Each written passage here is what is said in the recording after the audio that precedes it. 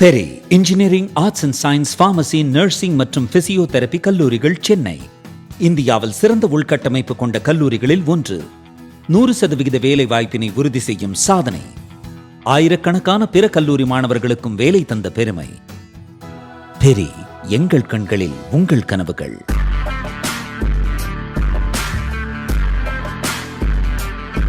வணக்கம் ஜெயஹிந்த். நம்ம சேனலில் இன்னைக்கு மிக முக்கியமான ஒரு பிரேக்கிங் அப்டேட் பார்க்க போகிறோம். தங்கம் வாங்க வேண்டாம் அப்படின்னு சொல்லி பிரதமர் அவர்கள் சொன்னது. அப்போ நம்ம சமையலில் யூஸ் பண்ணக்கூடிய எடிபிள் ஆயில் எண்ணெயை கூட கம்மியாக யூஸ் பண்ணுங்கள், ஒர்க் ஃப்ரம் ஹோம் பண்ணுங்கள், வாகனங்கள் யூஸ் பண்ணுறதை கம்மி பண்ணுங்கள், பப்ளிக் டிரான்ஸ்போர்ட் யூஸ் பண்ணுங்கள், பல விஷயங்கள் பிரதமர் அவர்கள் சொன்னார். இப்போ ரொம்ப முக்கியமான ஒரு ஹைலைட் பார்க்கணும் அப்படின்னா, இந்தியாவுடைய ஒரு லீடிங் எக்கனாமிஸ்ட் உதய் கோட்டக் அவர்கள், கோட்டக் நிறுவனத்துடைய ஒரு மிக முக்கியமான தலைவர், அவர் என்ன சொல்றாருன்னு பார்த்தீங்கன்னா, the shock is coming and it is coming big. மிகப்பெரிய ஷாக் அப்படின்றது வரப்போகுது, அது வெகு சீக்கிரம் வர்றதுக்கான வாய்ப்புகள் இருக்கு அப்படின்னாரு. இதுல என்ன அவர் மிக முக்கியமா சொல்றாரு அப்படின்னா, பிப்ரவரி 28 ஆரம்பிச்ச இந்த ஈரான், இஸ்ரேல் மற்றும் அமெரிக்காவுடைய யுத்தம், அதன் பிறகு ஸ்ட்ரைட் ஆஃப் ஹார்மோஸ் கம்ப்ளீட்டா டிஸ்டர்ப் ஆன போது அதோடைய அதிர்வலைகளை உலகத்தில் இருக்கக்கூடிய எல்லா நாடுகளும் ஃபீல் பண்ணியிருக்காங்க. பல நாடுகள் இப்போ லாக்டவுன் போகக்கூடிய நிலைமை. நம்ம சுற்றி இருக்கக்கூடிய அண்டை நாடுகள், இங்கே வசிக்கக்கூடியவங்க மறக்காமல் கமெண்ட் பண்ணுங்க. சிங்கப்பூருடைய அதிபரே சொல்லியிருக்காரு, நம்ம கோவிட் டைமுக்கு உண்டான ப்ரிப்பரேஷன்லாம் இப்போலேருந்தே பண்ண ஆரம்பிக்கணும் அப்படின்னு சொல்லிட்டு.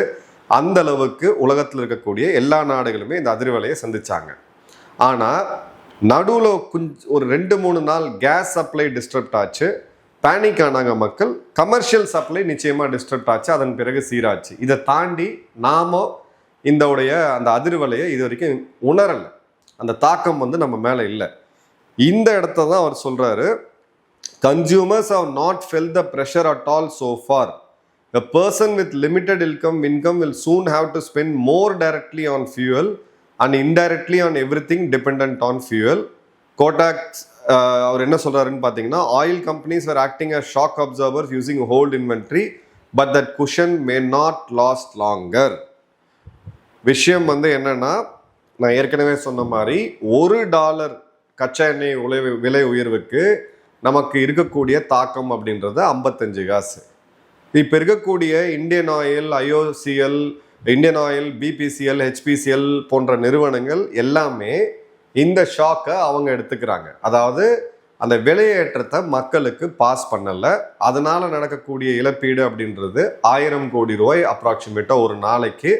ஒரு மாசத்துக்கு 30,000 கோடி, வருஷத்துக்குன்னு கணக்கு போட்டோம்னா 3,60,000 கோடியிலேருந்து 4 லட்சம் கோடி வரைக்கும்.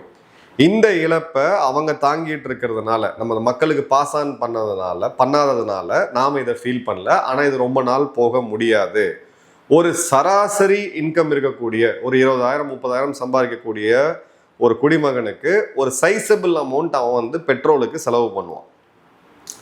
இப்போ அந்த பெட்ரோலுக்கு செலவு பண்ணக்கூடிய காஸ்ட் அதிகமாகும். அதே மாதிரி ஃபியூவல் சம்மந்தப்பட்ட எல்லாத்தோட விலையேற்றத்தையும் சந்திக்க வேண்டியது இருக்கும். ஸோ ஃபியூவலோட விலையேற்றம் எங்கெங்கே வரும்? நீங்கள் காலையில் ஆரம்பிங்க, பால் வாங்குறீங்க. ஸோ பாலோட விலை ஸ்டேபிளாக இருந்தாலும் அதை எடுத்துகிட்டு வர்றது அதே ட்ரக்கில் தான். ஸோ அதோட காஸ்ட் அதிகமாகும். அடுத்தது என்ன வாங்குவீங்க? காய்கறி, அதோட காஸ்ட் அதிகமாகும். உணவு, மருந்து, எல்லாமே நம்ம அன்றாடம் பயன்படுத்தக்கூடிய FMCGன்னு சொல்லக்கூடிய ஃபாஸ்ட் மூவிங் கன்சியூமர் குட்ஸ் எல்லாத்தோட விலையுமே ஏறும். ஸோ நம்ம இன்கம் சேமாக இருக்குது, விலையேற்றம் சடனாக அதிகமாகும் போது அதோடைய தாக்கத்தை நம்ம எல்லாரும் உணரக்கூடிய ஒரு சூழ்நிலை அப்படின்றது வரும். இதை தான் உதய் கோட்டக் அவர்கள் ஒரு எச்சரிக்கையாக கொடுத்துருக்காரு. இது சோஷியல் மீடியாவில் பயங்கர வைரலாக போச்சு. 2வது முக்கியமான விஷயம், பிரதமர் மோடி அவர்கள் ஹைதராபாத்தில் பேசின பிறகு நம்ம ஏற்கனவே ஒரு வீடியோவில் போட்டிருந்தோம். 2-3 விஷயங்கள் அவர் சொல்லியிருக்காரு. தன்னுடைய ஓன் கான்வாய், ஸ்பெஷல் ப்ரொடெக்ஷன் குரூப்போட புரோட்டோகால் படி ஒரு பிரதமர் வாகனத்துக்கு கூட ஜாமர்ஸ், எலக்ட்ரானிக் ஜாமர்ஸ் போவோம், பாம் சூட்ஸ் போவோம். கிட்டத்தட்ட ஒரு 12லேருந்து 15 வண்டிகள் கூடவே போவோம். இப்போ லேட்டஸ்டாக நம்ம டெல்லியில் பார்க்கக்கூடிய காட்சிகள் ஷாக்கிங்காக இருக்குது. 2 வாகனங்கள் தான் பிரதமருக்கு துணையாகவே போகுது. ஸோ பிரதமரில் ஆரம்பித்து அடுத்தடுத்த பிஜேபியோட முக்கியமான மாநிலங்கள் இருக்கக்கூடிய முதல்வர்கள்லேருந்து அவங்களுடைய கான்வாயை 50% கட் பண்ணுறாங்க. பல அமைச்சர்கள் லோக்கல் மெட்ரோவில் போகிறாங்க டெல்லியில், அதையும் புகைப்படங்கள் எடுத்து போகிறாங்க. ஸோ இது அந்த சீரியஸ்னஸ் எந்த அளவுக்கு இப்போ வந்திருக்கு அப்படின்றத ரொம்ப தெளிவாக பார்க்கலாம். அதே மாதிரி ஸ்கூலுமே வந்து நீங்கள் ஆன்லைன் மோடில் நடத்துங்க அப்படின்ற அளவுக்கு இப்போ பேச்சுகள் போயிட்டு இருக்கு. இண்டஸ்ட்ரியல் பாடிஸ், குறிப்பாக சாஃப்ட்வேர் நிறுவனங்கள், நான் திரும்பவும் சொல்கிறேன், நிறையா இதை வந்து மிஸ்லீட் பண்ணுறாங்க. மேனுஃபேக்சரிங் உற்பத்திக்கு மனிதன் போய் தான் ஆகணும் அந்த ஃபேக்ட்ரிக்கு, அது அவங்களுக்கு அப்ளிகபிள் கிடையாது. சாஃப்ட்வேர் கணினி மூலியமா இது பண்ணுறவங்களுக்கு ஒர்க் ஃப்ரம் ஹோம் அப்படின்றத இண்டஸ்ட்ரியல் பாடி அதிகாரப்பூர்வமாக அறிவிங்க அப்படின்னு சொல்லியிருக்கிறாங்க. இப்போ பிரதமர் அவர்கள் அவருடைய எஸ்பிஜி கான்வாயில் 50% ரிடக்ஷன் அப்படின்னு சொல்லியிருக்காரு அவரு. இது வந்து பார்த்தீங்க அப்படின்னா அவருடைய ஹைதராபாத் விசிட்டுக்கு பிறகு குஜராத் மற்றும் அசாம் போறாரு மே 10ஆம் தேதி. அங்கே வந்து நம்ம வெளிப்படையாகவே பார்க்க முடிஞ்சுது. செக்யூரிட்டியை காம்ப்ரமைஸ் பண்ணாமல் நாங்கள் இதை வந்து பண்ணுறோன்னு எஸ்பிஜி சொல்கிறாங்க. பட் இது வந்து ரொம்ப ரொம்ப ரிஸ்கான மூவ். இது ஏன் அவங்க பண்ணுறாங்கன்னு தெரியல. இந்த 4-5 வாகனங்கள் பிரதமருடைய வாகனங்கள் அடிஷ்னலாக போகிறதுனால என்ன ஆக போகுது அப்படின்னு பார்த்தீங்கன்னா பெருசாக கிடையாது. பட் பொலிட்டிக்கலாக இது கரெக்டாக அப்படின்னு பார்த்தீங்கன்னா, ஆமாம், நான் லீட் ஃப்ரம் எக்ஸாம்பிள், நான் வந்து என்னுடைய ஒரு இதையே முன்னுதாரணமாக வச்சு மக்களுக்கு காமிக்கிறேன்றது. பட் செக்யூரிட்டியில் காம்ப்ரமைஸ் பண்ண முடியாது. ஏன் இந்த விஷ பரீட்சைன்னு தெரியல.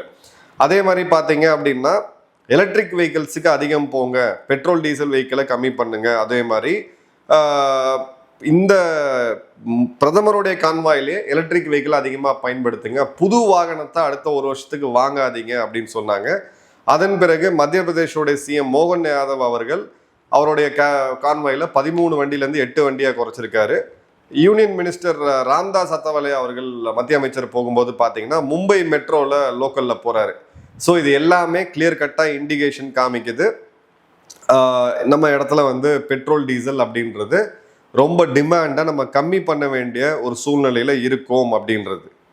ரெண்டாவது, சமையல் எண்ணெய் ஏன் கம்மி பண்ண சொன்னார் அப்படின்னா, நம்ம இந்தியாவில் ப்ரிடாமினண்ட்டாக யூஸ் பண்ணுறது ஒன்று பாம் ஆயில். அதோட சப்ளை பண்ணுறக்கூடிய நாடுகள் அப்படின்னு பார்த்தீங்கன்னா மலேசியா, இந்தோனேஷியா. நம்ம பாம் ஆயிலை வாங்குறது டாலரை கொடுத்து தான் நம்ம வாங்குறோம். ஸோ டாலர் கையிருப்பு அப்படின்றது ரொம்ப முக்கியம். இன்னொன்று பார்த்தீங்கன்னா சூரியகாந்தி எண்ணெய், அதை நம்ம இம்போர்ட் பண்ணுறது உக்ரைன் மற்றும் ரஷ்யா. உலகத்தோடைய மிகப்பெரிய சூரியகாந்தி உற்பத்தி எண்ணெய் உற்பத்தியாளர் வந்து உக்ரைன் தான். அங்கேயுமே நம்ம டாலர்லேருந்து தான் வாங்குகிறோம். அங்கே போர் காரணமாக விலையேற்றமும் அதிகமாயிருக்கு. ஸோ நம்மளுடைய எண்ணெய் கம்மி பண்ணும் பொழுது, சமையல் எண்ணெய் கம்மி பண்ணும்போது அதில் நமக்கு ஒரு கணிசமான அளவுக்கு சேவிங்ஸ் இருக்குது அப்படின்றத பார்க்குறோம். இப்போது எண்ணெயை பொறுத்த வரைக்கும், கச்சா எண்ணெயை பொறுத்த வரைக்கும் 50% நம்ம வரக்கூடிய எண்ணெய், 2 விஷயம் இருக்குது, 2ஆக பிரிச்சுக்குங்க. ஸ்ட்ரெயிட் ஆஃப் ஹார்மோஸ் இப்போ தடைபட்டு இருக்கிறதுனால நமக்கு சப்ளை ஷார்ட்டேஜ் அப்படின்றது இருக்குது. வேறு சில ரூட்டில் எடுத்துகிட்டு வரும்போது அதோடைய டிரான்ஸ்போர்ட்டேஷன் காஸ்ட்டும் அதிகமாகுது, அதோடைய கொள்முதல் விலையும் அதிகமாகுது. செகண்ட், மார்க்கெட்லேயே கச்சா எண்ணெய் இந்த போருக்கு முன்னாடி $70 இருந்த கச்சா எண்ணெய்க்கு $120 ஸ்பாட் ரேட்டில் நம்ம வாங்கிட்டு இருக்கோம். $50 அப்படின்றது கிட்டத்தட்ட $26, $27 பெட்ரோல் டீசல் விலை அப்படின்றது நேரடியாக நம்ம தாக்கத்துக்கு வந்திருக்கணும். பட் ஆப்வியஸாக இதில் பாலிடிக்ஸுமே இருக்குது. எலெக்ஷன்ஸ் நம்ம பார்த்தோம். எலெக்ஷன் நேரத்தில் யாருமே பெட்ரோல் டீசலை ஏற்ற மாட்டாங்க. அதுக்கு பிறகு இது சீராகும்னு நினைக்கும் போது ஆகலை. இதுக்கு நம்ம கிளியர் கட்டாக பார்க்குறோம். ஒரு நாளைக்கு ஆவரேஜாக 1000-2 2000 கோடி லாஸ் இந்த எண்ணெய் நிறுவனங்கள் இப்போ எடுத்துக்கிட்டு இருக்காங்க. அதே மாதிரி பார்த்தீங்க அப்படின்னா இந்தியாவுடைய ஃபாரெக்ஸ் ரிசர்வ், இதை பற்றி நான் ஏற்கனவே சொல்லியிருந்தேன், 720 பில்லியன்லேருந்து கம்மியாகி இப்போ பார்த்தீங்கன்னா மார்ச் மாத கடைசியில் 691 பில்லியன் அந்த அளவுக்கு வந்திருக்குது. அதே மாதிரி நம்மளுடைய கோல்டு வாங்காதீங்கன்னு சொன்னதுக்கு காரணம், நல்ல கவனிங்க, நம்ம கோல்டு உற்பத்தி பண்ணலை. நம்மளுடைய டொமஸ்டிக் ப்ரொடக்ஷன் அதிகபட்சமாக பார்த்தீங்கன்னா 1-1.25 லட்சம் டன் தான். 1-1.25 டன் தான், லட்சம் கிடையாது, டன் தான். ஸோ நம்மளுடைய இம்போர்ட் அப்படின்றது, கோல்டு இம்போர்ட் அப்படின்றது 90க்கும் அதிகமான சதவீதம் நம்ம இம்போர்ட் தான் பண்ணிக்கிட்டு இருக்கோம் நமக்கு தேவைக்கு. ஸோ வெளியிலேருந்து இம்போர்ட் பண்ணும்போது அதுக்கும் நம்ம டாலரில் தான் பே பண்ணுறோம். அதனால தான் இப்போ கலால் வரி இம்போர்ட் டியூட்டியை 5%லேருந்து 15% ஆக்கியிருக்காங்க கோல்டு டு சில்வர். இப்போ கரண்ட் அக்கௌண்ட் டெஃபிஷியன்ட்னு சொல்லக்கூடிய நிதி பற்றாக்குறை அப்படின்றது $12.3 பில்லியன் அளவுக்கு இருக்குது. இது வந்து 1.3% ஆஃப் ஜிடிபி. இப்போது இந்த 10% இது இன்னும் ரைஸ் ஆச்சு அப்படின்னு பார்த்தீங்கன்னா, டாலர் அதாவது கச்சா எண்ணெயோடைய விலை இன்னும் அதிகமாச்சு அப்படின்னா நம்மளுடைய ஜிடிபி நாட்டோடைய வளர்ச்சி 7%லேருந்து 6% வரும். அதே மாதிரி பார்த்தீங்கன்னா ருப்பியும் தொடர்ந்து ப்ரெஷரில் இருக்குது. டாலரோடைய நம்ம டாலர் அதிகமாக வாங்குகிறோம், வாங்க வாங்க வாங்க டாலர் அப்ரிஷியேட் ஆகுது, டபுள் வேமின்னு சொல்லுவாங்க, ருப்பியோட வேல்யூ வந்து டிப்ரிஷியேட் ஆகுது. இதுவும் நமக்கு பிரச்சனை. இப்போது ஸ்டாக் மார்க்கெட் ரியாக்ட் பண்ணியிருக்குது. டைட்டன், கல்யாண் ஜுவல்லர்ஸ் போன்ற இந்த நகை விற்கக்கூடிய நிறுவனங்களுடைய பங்குகள் ஒரு 10-15% சரிஞ்சிருக்கிறத நம்ம பார்க்குறோம். கவர்மெண்ட் என்ன சொல்றாங்கன்னா, குறிப்பா ஆயில் செக்ரட்டரியோடைய நீரஜ் மிட்டல் அவர்களுடைய பேட்டியை நான் பார்த்தேன்.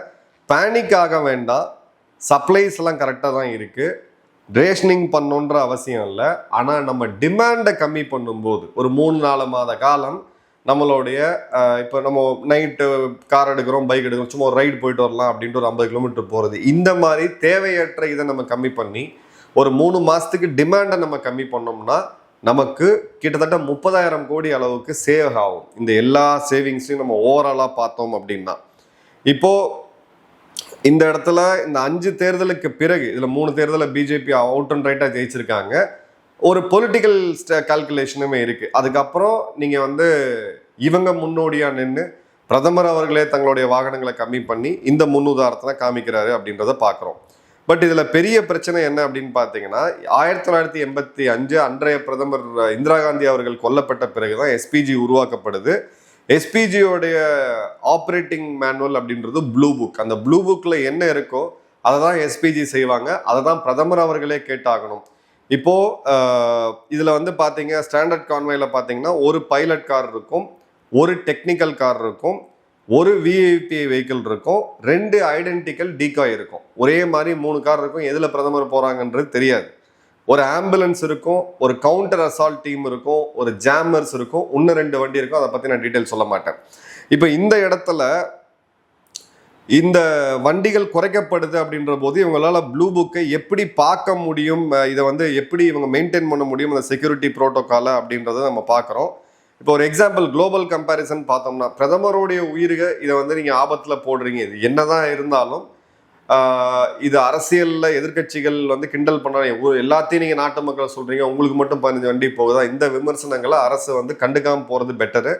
இப்போ அமெரிக்கா பிரசிடென்ட் எடுத்தீங்க அப்படின்னா G7 மாநாட்டில் 85 வண்டிகள் இருந்தது. சாதாரணமாக பார்த்தீங்கன்னா 40-50 வண்டிகள். இது வந்து சும்மா கெத்து காமிக்கிறதுக்கு, பந்தா காமிக்கிறதுக்கு கிடையாது. அந்த ஒரு வண்டிக்கு பின்னாடியும் ஒரு பர்பஸ் இருக்குது. ரஷ்யாவை எடுத்தீங்கன்னா 30-50, ஷி ஜின்பிங் எடுத்தீங்கன்னா 15-30, யூகே, ஜெர்மனி, கனடா இந்த 3 நாடுகள் எடுத்தீங்கன்னா ஒரு 6-10. ஏன்னா அங்கே த்ரெட் லெவல் கம்மி. பிரதமர் அவர்கள் எடுத்தீங்கன்னா 20-18 அந்த ரேஞ்சில் இருந்துச்சு. இப்போ கம்மி பண்ணி ரொம்ப ஒரு 15 கிட்ட கொண்டு வந்திருக்கிறாங்க, 10-12 வரைக்கும் கொண்டு வந்திருக்கிறாங்க அப்படின்றத பார்க்குறோம். ஸோ இந்த இடத்துல குளோபல் கம்பேரிசன் நம்ம ஏன் சொல்கிறோம் அப்படின்னா, இப்போ நம்ம எடுத்துருக்கக்கூடிய முடிவுகள், நம்ம எதிரிகளுடைய அந்த வியூகங்கள் எல்லாமே பார்த்தீங்க அப்படின்ற போது பிரதமர் உயிரை நம்ம ஜஸ்ட் லைக் தட் எடுத்துகிட்டு போக முடியாது.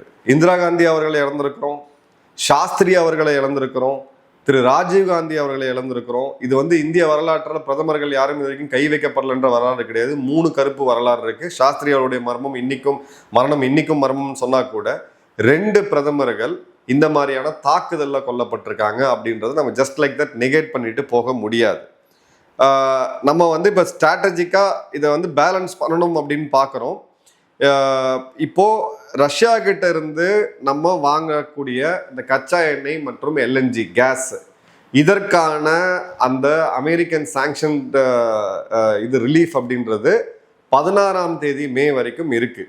இப்போ அமெரிக்கா இது வரைக்கும் அதை ரினியூ பண்ணல அப்படின்ற போது இந்தியாவுக்கு 2 ஆப்ஷன் தான் இருக்கு. ஒன்று, அமெரிக்காவை மீண்டும் முறைச்சிட்டு நான் மதிக்க மாட்டேன்னு போய் ஆயில் வாங்கலாம். அப்போ அமெரிக்காவுடைய எக்கனாமிக் சாங்ஷன்ஸை நம்ம ஃபேஸ் பண்ண வேண்டியது இருக்கும். ஏற்கனவே நம்ம எக்ஸ்போர்ட் ஸ்ட்ரெயின் ஆகுது, குறிப்பாக டெக்ஸ்டைல்ஸு, ஜெம்ஸ் அண்ட் ஜுவல்லரிஸு மற்றும் நம்மளுடைய அக்ரிகல்ச்சர் எக்ஸ்போர்ட், இதில் அவங்க வந்து ஷார்ட் டர்மாக கை வைக்கிறதுக்கான வாய்ப்புகள் இருக்கு. இன்னொன்று, அமெரிக்கா சொல்லக்கூடியதை நம்ம எக்ஸ்போர்ட்டை சேவ் பண்ணணும்னு சொல்லிட்டு ஆயிலை ரஷ்யாட்டிருந்து வாங்குறத கட் பண்ணோம் அப்படின்ற போது நம்ம இன்னும் பல ஆப்பிரிக்க நாடுகள்கிட்ட போய் நம்ம ஆயில் வாங்கும்போது ஒன்று லீட் டைம் அதிகமாகுது, 2வது நம்மளுக்கு டிபெண்டன்சியும் அதிகமாகும் இந்த நாடுகளில். ஸோ இதுதான் ரொம்ப ரொம்ப மிக முக்கியமாக நம்ம பார்க்குறோம். இப்போது பிரதமர் அவருடைய கான்வாயில் வெஹிக்கிள்ஸ் அப்படின்றது சிம்பாலிக். இதை நீங்கள் அப்படியே சீரியஸாக எடுத்துக்காதீங்க. சீரியஸாக எடுத்துக்கலாம்னு சொல்கிறதா, இது வந்து அவர் வந்து கம்ப்ளீட்டாக கான்வாயை மாற்ற போகிறது கிடையாது. எலக்ட்ரிக் வெஹிக்கிள்ஸ் தான் ஃபியூச்சர் அப்படின்றத நம்ம வந்து உணரணும். இப்போது நம்மக்கிட்ட எந்தெந்த வகையான வாகனங்கள் இருக்குது? நம்ம எல்லாருமே ஒரு காலத்தில் அதிகமாக பயன்படுத்திட்டு இருந்தது டீசல் வாகனங்கள். 2 காரணம், ஒன்று அதோட டார்க்கு, இன்னொன்று அதோடைய மைலேஜ். இப்போ டீசல் வாகனங்கள் பேசஞ்சர் செக்மெண்ட்டில் பார்த்தீங்கன்னா 18% மட்டும்தான் விற்கிறாங்க. 2 காரணங்கள், அது டீசலோடைய பொல்யூஷன் மற்றும் இன்னைக்கு இருக்கக்கூடிய டாஃபே நார்ம்ஸ்க்கு பார்த்தீங்க அப்படின்னா அதால் வந்து அந்த பொல்யூஷன் நார்ம்ஸை மேட்ச் பண்ண முடியாது. செகண்ட் வந்து பியூர் பெட்ரோல் மைலேஜ் கம்மி, மெயின்டெனன்ஸ் கம்மி, இப்படி பார்த்து ஷார்ட்டாக யூஸ் பண்ணுறவங்களுக்கு, காரை கம்மியாக யூஸ் பண்ணுறவங்களுக்கு பெட்ரோல் போவாங்க. இப்போ பெட்ரோலோடைய விலையுமே அதிகரிக்க போகக்கூடியதை நம்ம பார்க்குறோம். மூணாவது பெட்ரோல் ஹைப்ரிட், மைல்டு ஹைப்ரிட்னு சொல்லுவாங்க. ஒரு சின்ன பேட்டரி உள்ளே இருக்கும், அது ஒரு 10% வரைக்கும் மைலேஜ் அதிகப்படுத்தி கொடுக்கும். நாலாவது சீரிஸ் ஹைப்ரிட்னு சொல்லக்கூடியது, பெட்ரோலை வச்சு அதை எரித்து ஒரு மோட்டரை ரன் பண்ணி, அந்த மோட்டரை ரன் பண்ணக்கூடிய ஜென்ரேட்டரை பேட்டரி சார்ஜ் பண்ண வச்சு பேட்டரியில் ஓட்டுறது. இந்த வாகனங்கள் பார்த்தீங்க அப்படின்னா ஒரு 15 கிலோமீட்டர் கொடுக்கக்கூடிய பெட்ரோல் இது வந்து பார்த்தீங்கன்னா 25லேருந்து 30 கொடுக்கும். ஸோ சீரியஸ் ஹைப்ரிட் அப்படின்றது ஒரு வகையாக ஃப்ளெக்சிபிளாக நமக்கு இருக்குது. ஏன்னா இந்த கம்ப்ளீட் பியூர் ஈவியில் போனீங்க அப்படின்னா ரேஞ்ச் ஆங்ஸைட்டின்னு இருக்குது. இங்கே சார்ஜ் நின்று போச்சுன்னா என்ன ஆச்சு, சார்ஜர் ஒரு வேளை எனக்கு கிடைக்கலடா, நான் இங்கேருந்து இன்னொரு போகும்போது 1 hour நடுவில் நிறுத்துவோம்னா, சார்ஜிங் இன்ஃப்ராஸ்ட்ரக்சரு நம்ம அதுக்கெலாம் ஒன்றும் ரெடி ஆகலை, ஃபுல்லாக ரெடி ஆகலை. பட் ஈவியுமே ஒரு 4-5% மார்க்கெட்டில் இருக்குது. பட் இப்போ பியூர் ஈவியா இல்லை நமக்கு வந்து சீரிஸ் ஹைப்ரிடா அப்படின்னு எடுத்திங்கன்னா, இது ஒரு ரேஞ்ச் எக்ஸ்டெண்டர் கான்செப்டை உள்ளே கொண்டு வராங்க. ஸோ ஈவிலையும் பேட்டரிலையும் ஓடும், பெட்ரோலும் தேவைப்படும் போது பயன்படுத்திக்கலாம் அப்படின்றது. சிஎன்ஜி நம்ம பார்த்தோம், பட் சிஎன்ஜியுமே இப்போ ஸ்ட்ரெஸ்ஸில் இருக்குது. ஸோ வெகு விரைவில் ஆட்டோமொபைல்லையுமே ஒரு பெரிய பாலிசி சேஞ்ச் வரக்கூடியதை நம்ம தெளிவாக பார்க்கலாம். ஏன்னா நம்மளுடைய இந்தியாவில் எதை வேணாலும் நம்மளால் உருவாக்கிட முடியும். கச்சா எண்ணெய் அப்படின்றது இயற்கை கொடுக்கக்கூடியது, அது நம்மக்கிட்ட இல்லை. ஸோ எக்ஸ்ப்ளோரேஷன் இன்னும் எல்லாம் புதுசாக பண்ணிகிட்டு இருக்கோம். இப்போ இந்த இடத்துல கவர்மெண்ட் இன்னொரு மேசிவ் சேஞ்சை கொண்டு வராங்க. அதாவது கோல் கேசிஃபிகேஷன் சொல்லிட்டு அடுத்த 200 வருஷத்துக்கு தேவையான கோல் நம்மக்கிட்ட இருக்குது.